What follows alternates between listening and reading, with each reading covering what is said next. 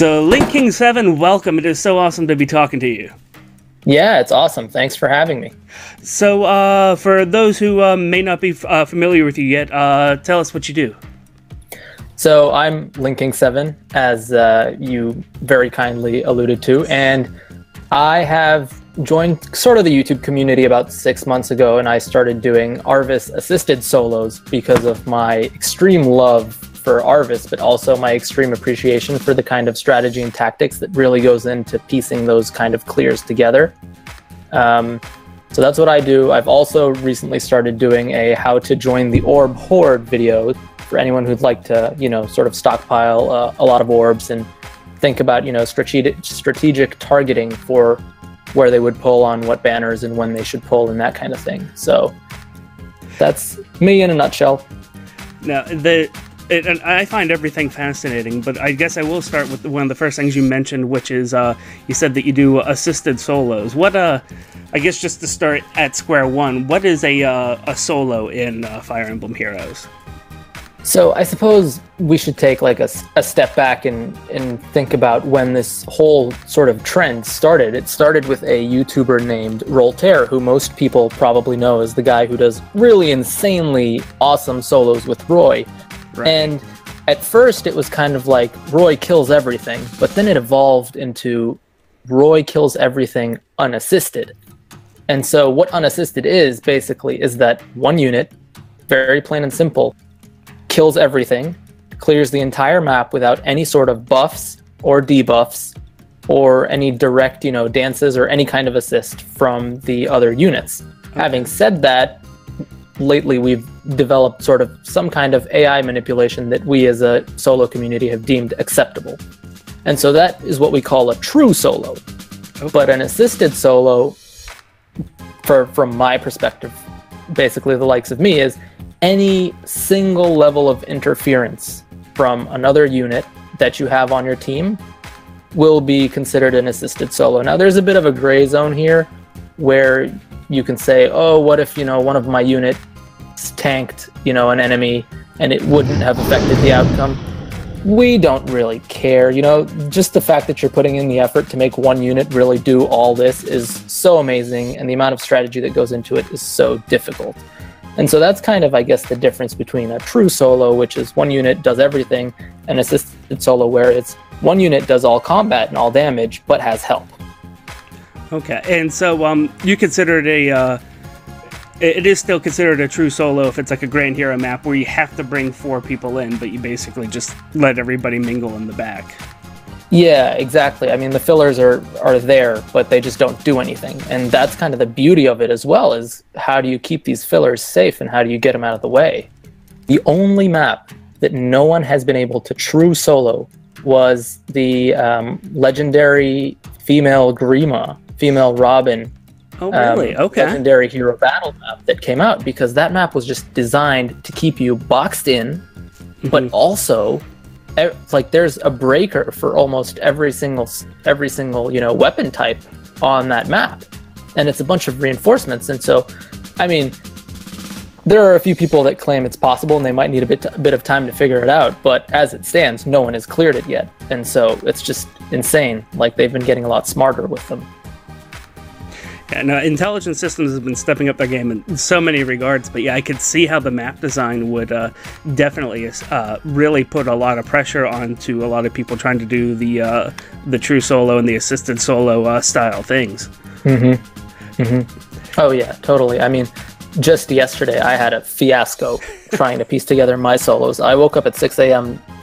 planning to go to work early, and well, that didn't happen because the Sias map was released, and they had a bunch of, there was, the armor had pivot, and like the flyer had guidance, and it was just, there was 2 calves stacked back to back that you'd have to tank, and a brave bow archer, and it was kind of like, I have a red mage with 15 defense. Yeah. How the hell am I supposed to, and Sias has Glacies right off the bat. That's a one-hit KO to my Arvis. I'm not tanking that. Right. No, and so like it's just you have to get really, really creative. I think it must have taken me over 30 attempts easily to piece that together. And I look at it now and I'm like, this is probably my best work so far. I'm so proud of it.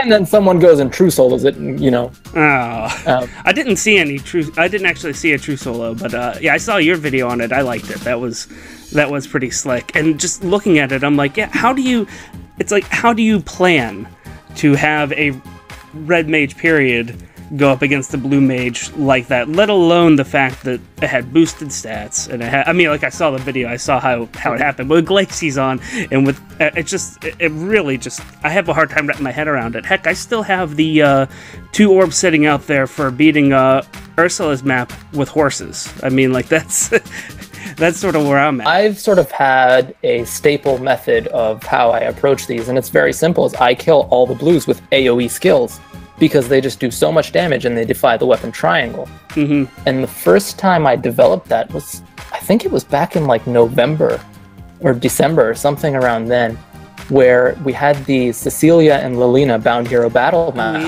And I was going up as a red mage against Flyer with 40 resistance and Sapphire Lance plus. And I'm sitting here looking at this map and I'm like, this is impossible.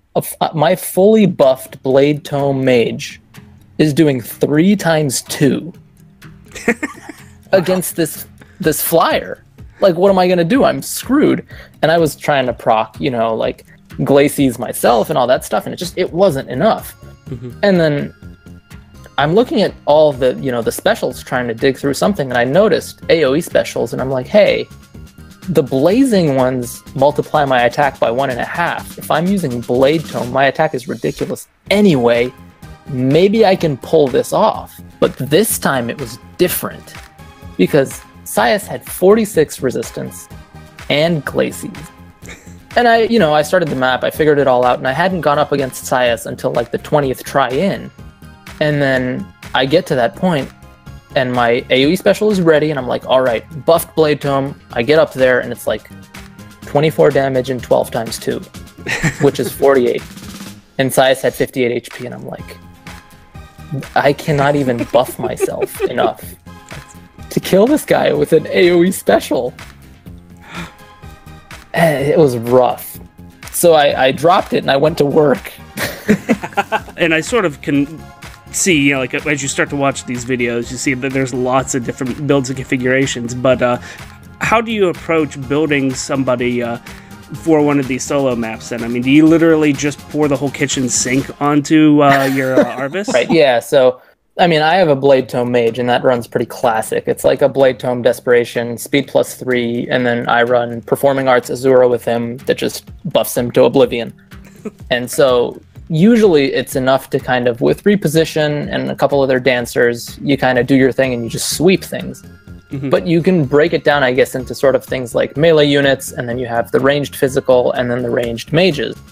And the physical guys are the ones who do a lot more of the true solos, because one, they have more base stats, but they also have access to things like, steady breath and, stronger and more diverse weapon refines and stuff like that. And so most of their builds, or a lot of it, is built around tanking. So you'll see a lot of Wrath, you'll see a lot of Soul, you'll see a lot of, Woe Dao or Slaying Edge, really based upon proccing that special Soul or Aether in order to heal and tank and heal and tank. And it's more of sort of a battle of attrition and the last man standing sort of mentality, which you'll see in the melee true soloers. The ranged physical ones, we've got, a couple people who do clears with bows and people who do clears with daggers, like Kagero and Saizo. Saizo's tanky enough that he uses close counter, but I mean, we've got a guy who does it with Kagero, and he uses things like Vantage and Miracle with close counter, which is really interesting, kind of shave up the enemies, get into that Vantage range, close counter, and heal. We've also got a guy who does clears with Jenny, which is super creative, which is close counter, Vantage, double Savage Blow, and Pain plus. And that's just nuts. Like, there's some insane level of one-turn clears there. And so there's so many different builds depending on, the type of unit. And so I don't think you can say there's a one-size-fits-all in terms of mentality. But the way I like to think about it is it's like a pay-as-you-go system, stockpile your fodder, and then, you know, see what kind of challenge you have in front of you. So for example, I kind of got bored of doing, you know, the typical Blade Tome clears, and I decided, you know what, Arvis's tome is Val Flame. Let's try to do some of these clears with Val Flame. And so I looked at the Clarisse map and I thought, you know what, I think I can do this one. And I started with that and I was like, okay, this isn't working. I've got a mage with 20 resistance. He needs to tank because I took life and death off of him. I'm like, Right. I need to buff up his defense. And we've got fortress tiles. So how do I buff up his defense without really, you know, using fury and shaving off all my HP when I'm tanking? I was like, wait a minute, let's put fortress defense on him. Now that's not a skill you really see put on mages, but hey, you know what? I did it anyways and it worked. One thing I had to commend you on is that you were talking about other people like, oh yeah, they'll run the melee ones so they get steady breath, wrath, and all of that good stuff. But not only are you not benefiting from that stuff using a mage, but you're using a mage that has very limited merge potential, at least right now. A lot of the other people tend to have plus 10s going into this, but that's something that you can't do even if you wanted to right now. Oh man, how I wish. I always talk about this. I'm like, you know what? I would be willing to buy a 3-star Arvis for 30 orbs each, straight up, just to get that plus 10 merge. In my case, it doesn't really matter because I'm doing an assisted solo. Even if I had the merges, I don't know if I could do a true solo. And so even though they have the merges, they're doing true solos, which is nuts. Like, it's so impressive to see. I don't mean to like downplay it, but I mean, like, I was just looking at it. It's like, oh, they always have plus 10s, and like, yeah, there's plus 3 is the highest for Arvis. Am I right? Because that 4 now. Oh, it's 4 I just now. Recently got my plus 4 on Sunday, so okay. It's not fair. I want my plus 10. What would you say to somebody who's like, oh, well, I'm going to go ahead and try to do these true solos? I mean, like, if somebody sees this and they have an idea and they have thoughts about using this unit or that unit, what would you say to them before they start off trying to figure this out? First of all, I'd say welcome to the club, and definitely reach out to us because we love to help and brainstorm and, you know, support each other. The second thing I'd say is use whatever unit you want. You can, this is the beauty of this game, is you can make any unit do anything and work out. Now, when I say anything, obviously there's limits, right? Even true soloers fail, as evidenced by the female Grima map. But you can make them into whatever you want, mold them into your own style. And so I guess the first thing I would say is pick a unit you like that you won't get discouraged using, and then let it run from there. Merge them up slowly, start thinking of creative builds. It takes time, it takes patience to really get used to stuff. Like, even I still don't understand, you know, AI mechanics completely, but there's one of our soloists who does AI mechanics, and he, you know, helps us out and teaches us stuff. Shout out to Verve. Yeah, yeah. So, yeah, his videos were great. His videos on AI mechanics are crazy. They're so amazing. Just sky's the limit. You can do this. Anyone can do it. And that's how I started. I was like, I saw the Roy solos and I was like, you know what? I've been hyping up Arvis coming for like 3 months for the game. And then he eventually came and I'm like, I promised people I was going to do solos with him, so I had to do it. And, you know, I got to put my money where my mouth is. You know, I've been running my mouth for a few months and now I got to do it. And you're going to hit walls and you're going to be like, you know what, this sucks, as happened to me yesterday. But then, you know, you figure out something and you bypass it. Or you just do an assisted solo. You know, there's no shame in an assisted solo. It's still, you know, very tactical, very nice, very impressive. One thing that that you mentioned is that you started saving a bunch of orbs in order to get, you know, these highly merged units, and that takes an awful lot of orbs. So tell me, how many orbs are you sitting on right now about? So as of just before this call, I am at 1,252 orbs, I believe. Wow. That's a lot of orbs. It is a lot of orbs. That is so many Bartras. I mean, that's so many. Yeah, I mean, if you want to do, let's say it's 5 orbs per. That's about, you know, let's do some quick maths over here. That's probably like 225-ish.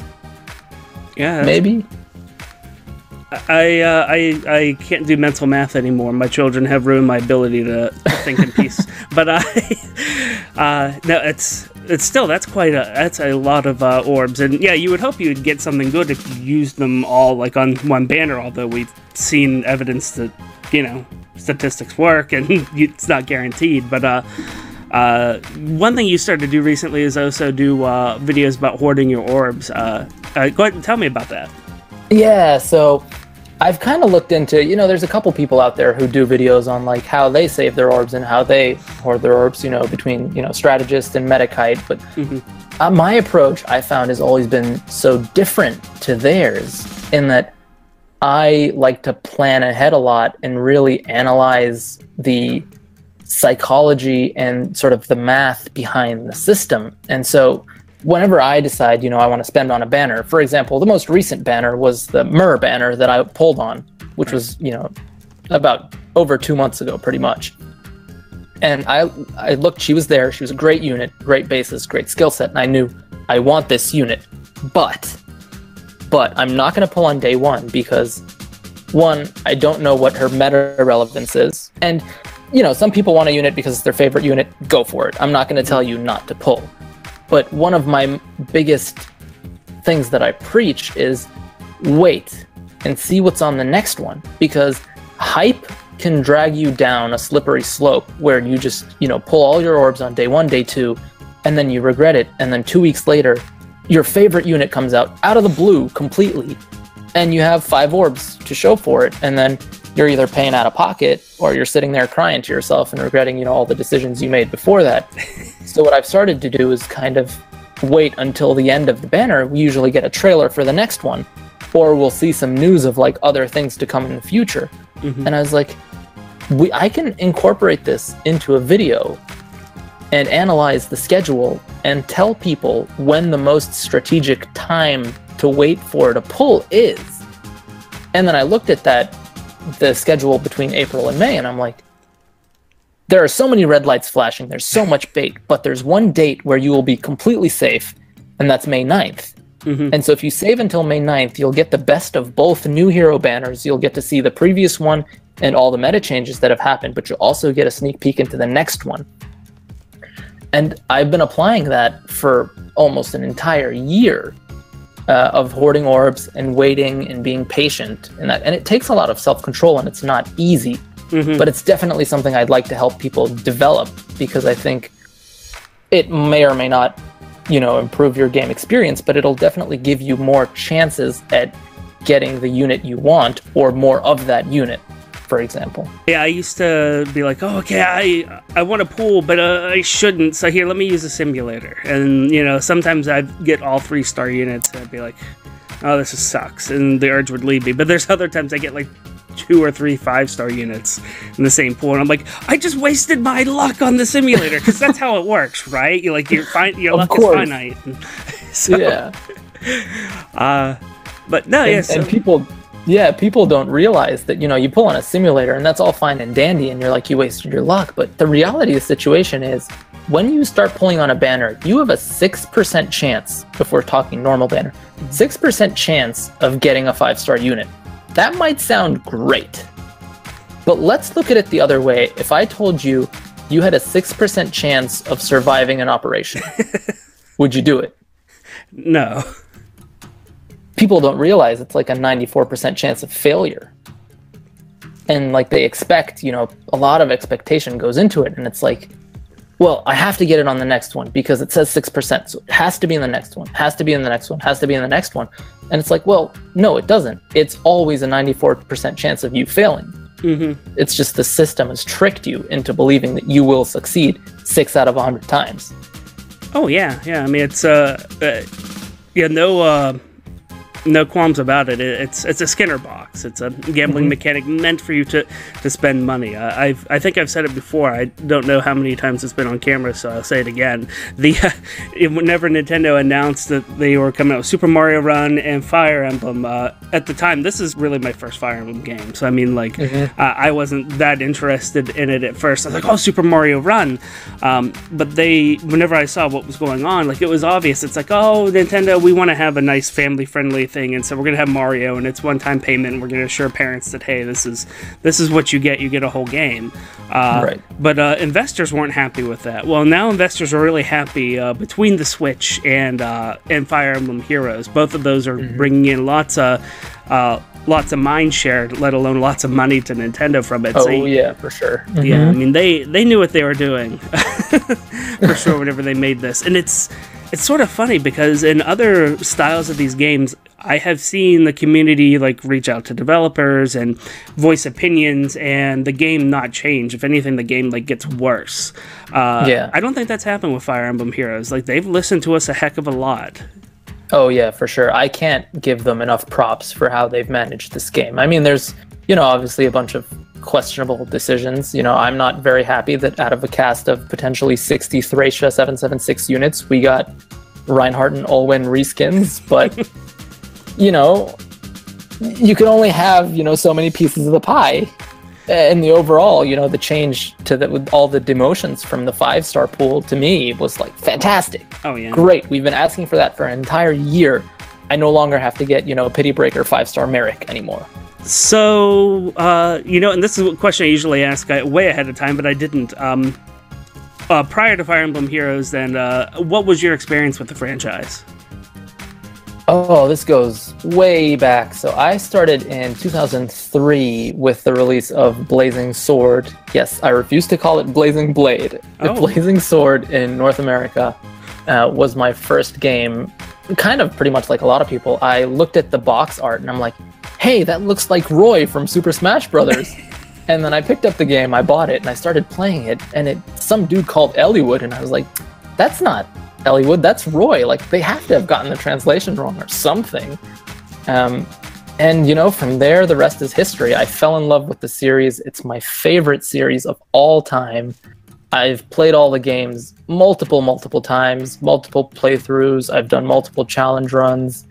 I'm actually doing a challenge run of Thracia 776 at the moment on stream on my channel without save states, just because I hate myself and I want to make myself cry. So, yeah, I've had a long history with Fire Emblem. I've played every single game. I was thinking soloing isn't enough for you. You also have to torture yourself in every other way, too. Is that... You know what? It's another one of those stupid things I said on Discord, and I was like, you know what? Maybe one of these days I'm going to stream Thracia 776 with no save states, and people are like, okay, you have to do it now because you said it. So I'm putting my money where my mouth is again. It's been tough so far, but I'm enjoying it, and people are enjoying it, which is what's important. Right. And that's one of the big reasons why I started doing a lot of YouTube content myself, right, is because of the people. It's sort of strange because, I sit here and I talk to a camera, essentially in a room all alone, ideally in a room all alone, and and so it seems weird to say, oh, you do it for people, but no, just the community that has sprung up around it on YouTube specifically, but also in Discord, and for those of us who haven't gotten sour on Reddit, in the subreddit, there's a lot of good people out there, and they're just, to put it lightly, a joy to talk to.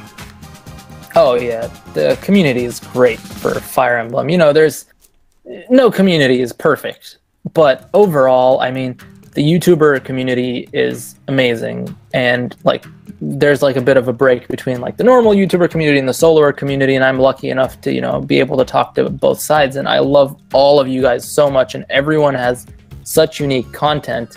And it's, such a joy to talk to everyone. But I also really like, the people who come and watch our videos.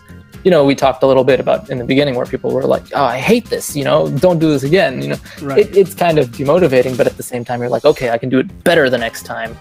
But it's really awesome to see someone comment on my video and be like, hey, you inspired me to do my own solo series. To me, that just means so much that I am able to touch people and inspire them as I was inspired by others, and kind of, just pass on, the baton, so to speak. So it's just been an amazing experience. But yeah, thank you so much, LinkKing7. And other than your channel, is there anything else that that you do that you want to promote?